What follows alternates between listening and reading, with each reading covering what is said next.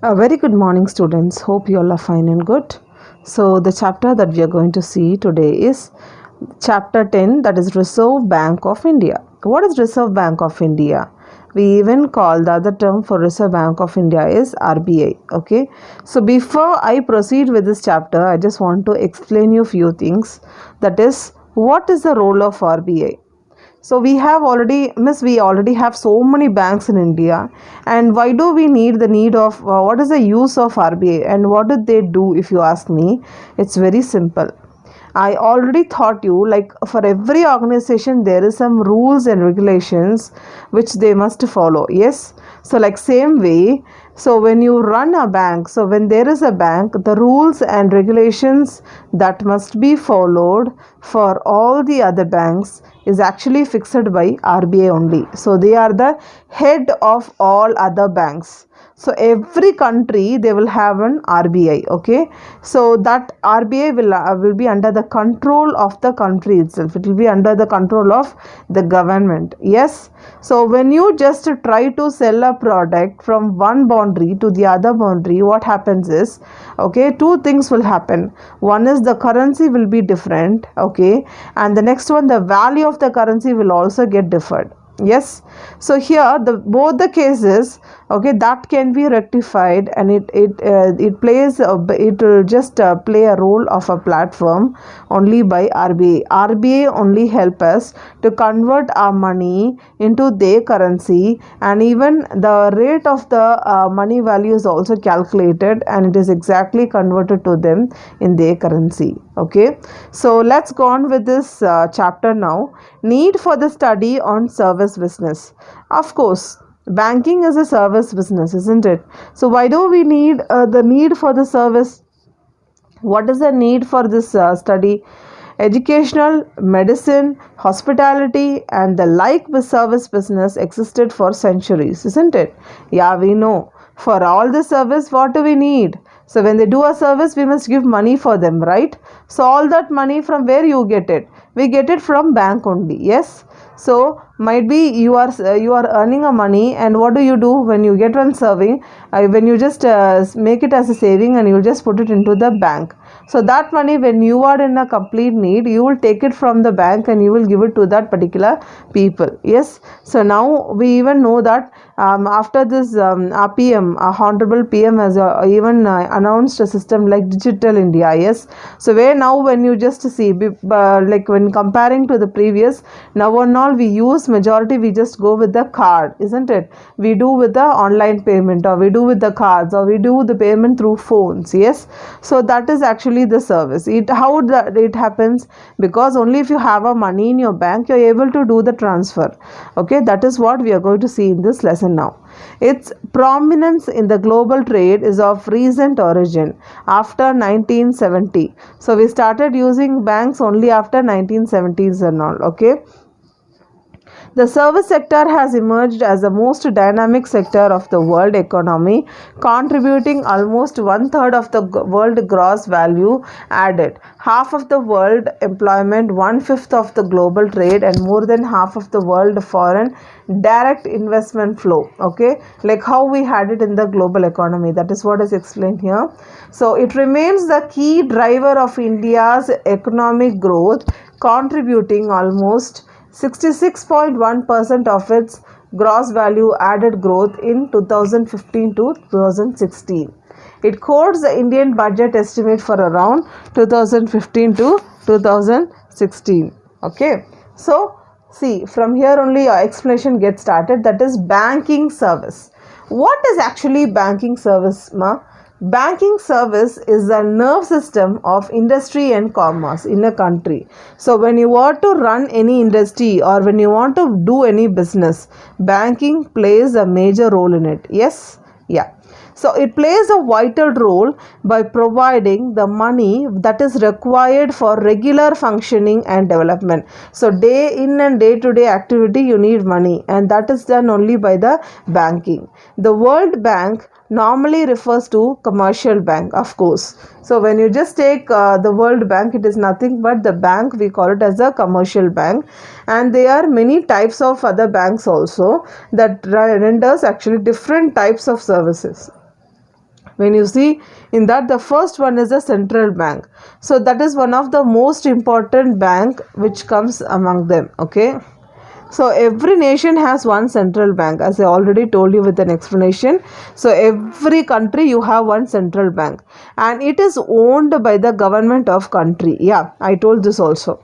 The control over the entire banking system of the country is vested with this apex bank. So very simple it is. The RBI is also called as the World Bank.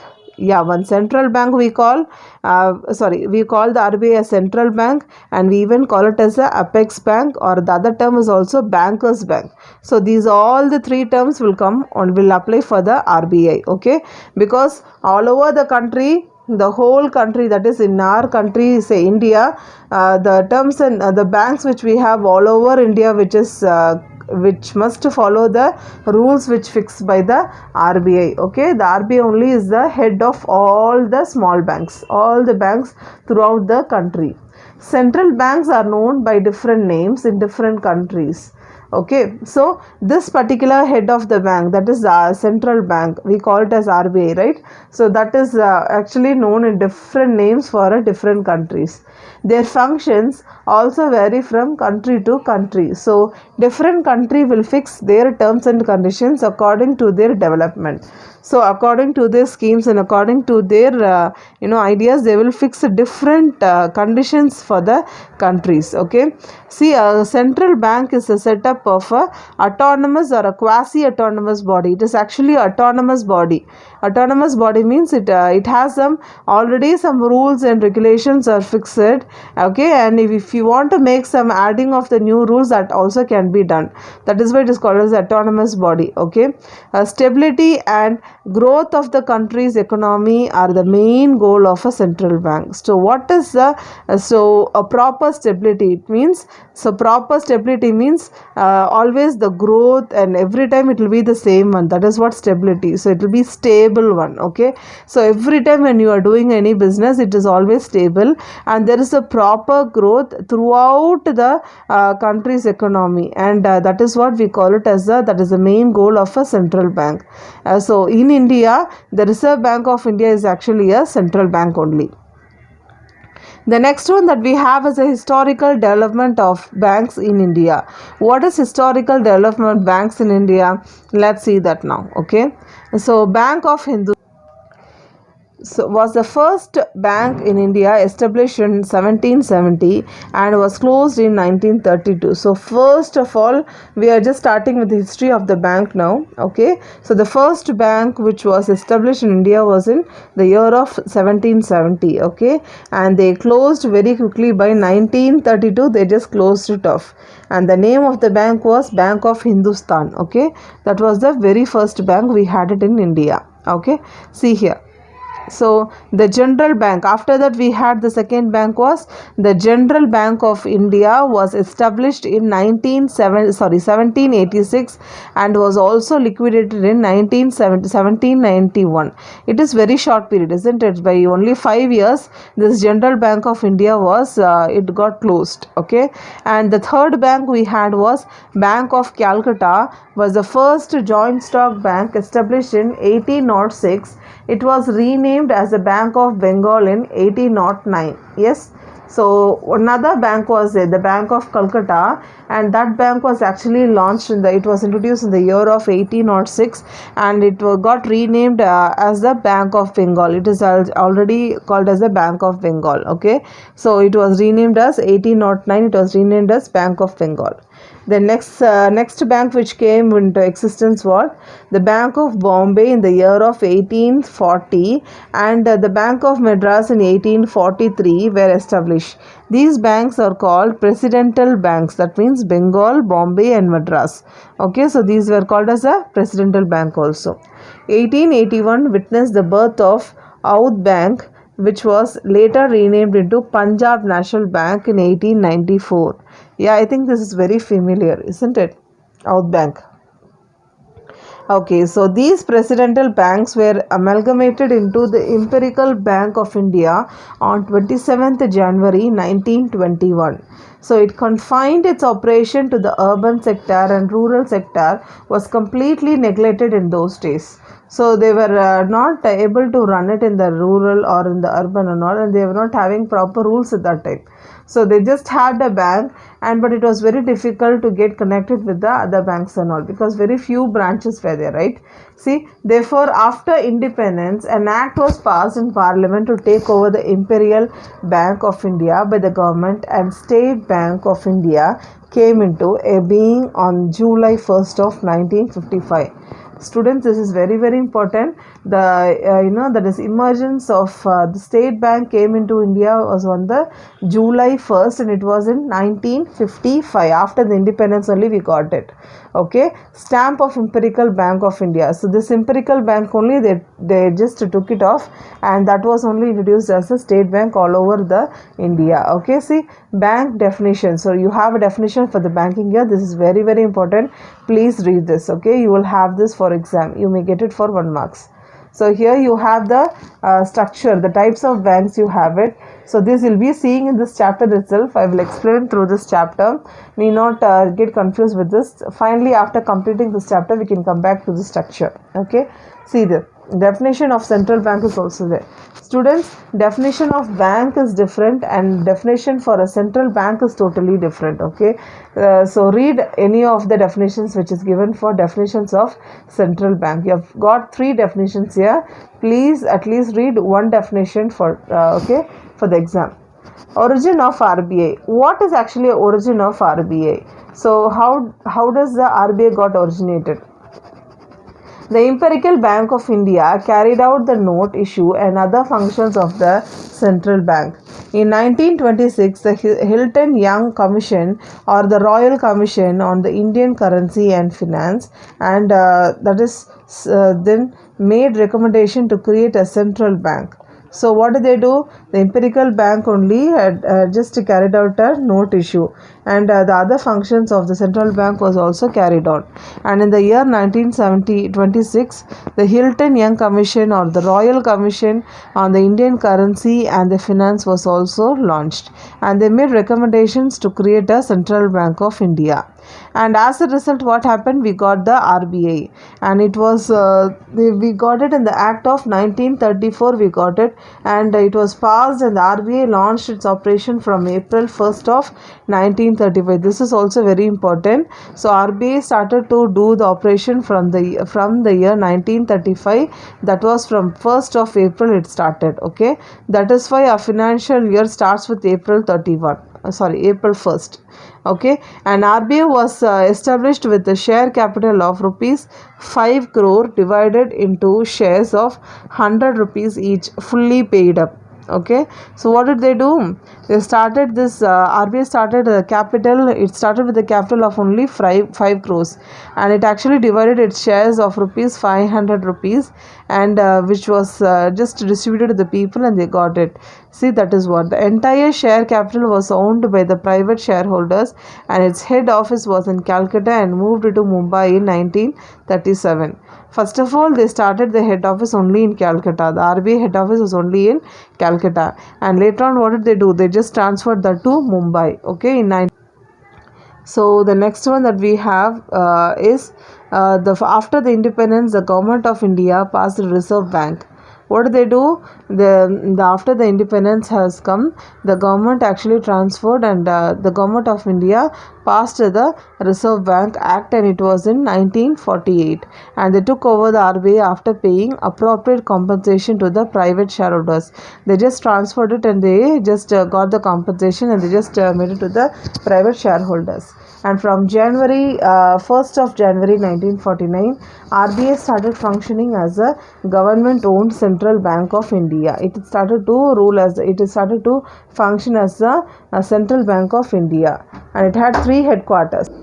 So it had 3 departments. The RBI was a central bank of Burma until 1947, and the Central Bank of Pakistan until June 1948. Okay, and we had the origin. So next topic that we have is the origin of RBI. What is actually the origin of RBI? So let's see this now. See the next topic that we have. That is it was till And next one we have is the organizational structure of RBI.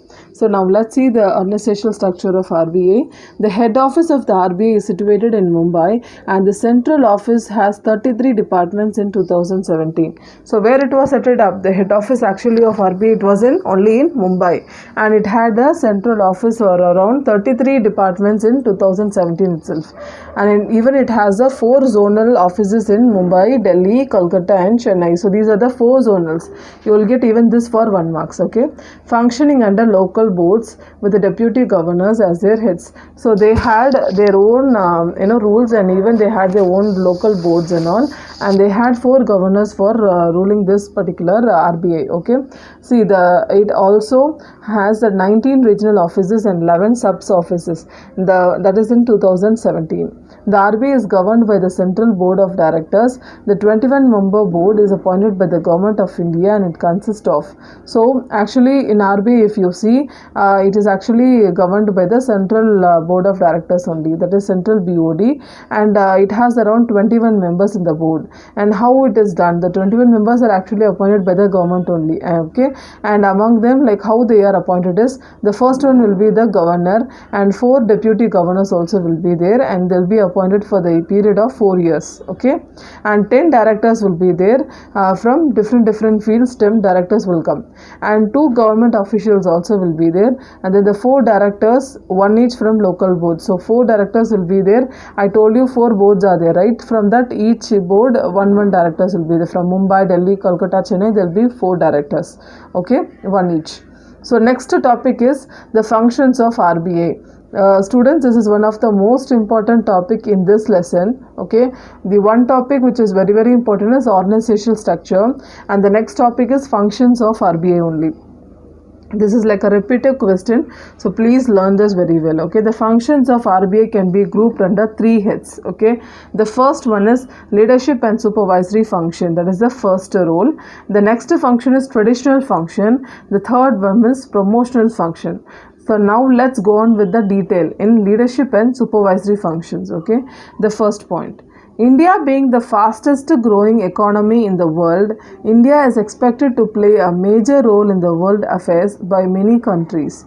RBI being the banking institutional heads of India has to be a part of global institutions. It has to transform the quality and size of banks in India to the level of bank in developed countries. Such functions get prominence in current scenario.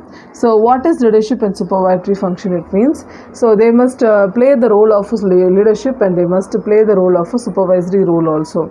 So since it is a developing country, so many roles are there for them. The first one is India's representatives in the World Financial Institution.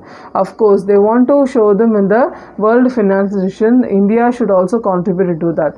For that is the first one. In order to maintain the consistency and harmony with international banking standards, the RBI is associated with Basel Committee on the Banking Supervision.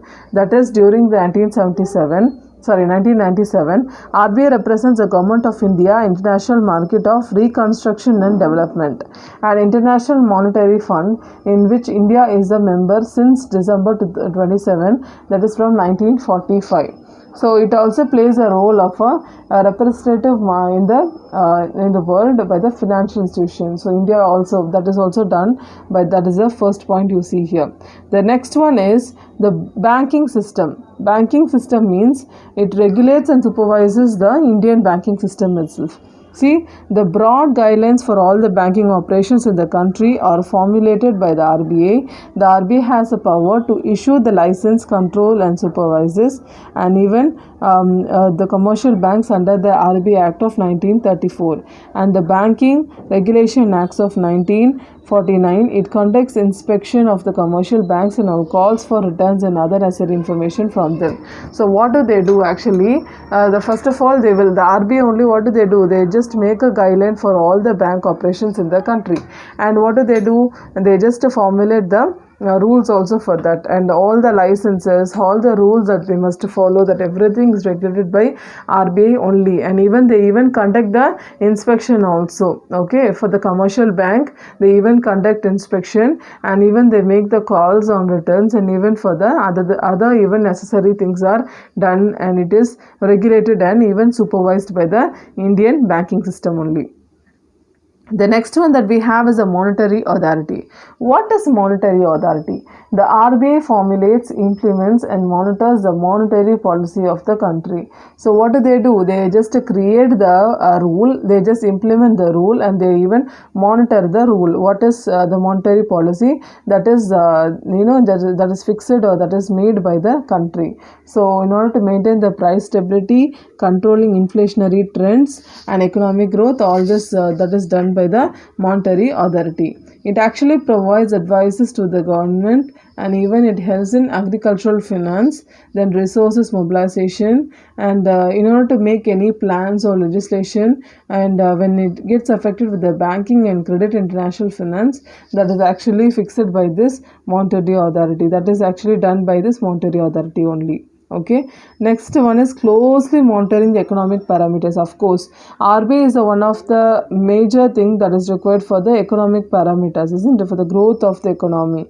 For that it plays a major role. It plays a broad economic parameters, and such as employment level, price levels, and even it helps for the production levels, trade cycles, foreign investment flows, balance of payments, financial markets, etc. are also closely monitored by the RBI. And in order to achieve the economical stability and growth, the Board of Financial Supervisions of the RBI meets at least once in a month. So that is also done to closely monitor all these current developments in the country. So they need this, and it is closely monitored all for all these current development in the country. And the next point is promptly responding to new challenges. So when the new challenges are driven out, so that is also managed by the RBI only. See, whenever challenges arose before the Indian banking system, the RBI promptly attend them by issuing master circulars and by organizing the committee to analyze, review and strengthening the Indian banking system. A wealth of information can be found in every master circular or committee report. Example, Gopalakrishnan Committee on Information Security Electronic Banking, April 2010. See, when you just see, they will make, whenever there is a new challenge, whenever there is a problem in the banking system, whenever there is a hectic thing with the financial crisis when it comes, so they will just they will just do some actions towards it, and they will change the situation. Like same way, if you see now also during the corona time and all, we had the governor, the RBI, the governor of RBI. What did they do? What did he do? He just gave some announcement like, need not pay the dues for 6 months and all, isn't it? That was the best relief for the people, because they were not going for work. Everyone was at home only, and they were not getting paid also. For that reason, it was manageable for them to run their family. Okay, the next one is so students, still here the traditional, it starts with the first function gets over, and the next one that we have is the traditional functions. Okay, so this topic we'll see in the next video. Okay, so please read your lesson still here, and if you have any doubts, you can just come back to me for the live sessions. Okay, so take care, be healthy, be safe. Okay, thank you students.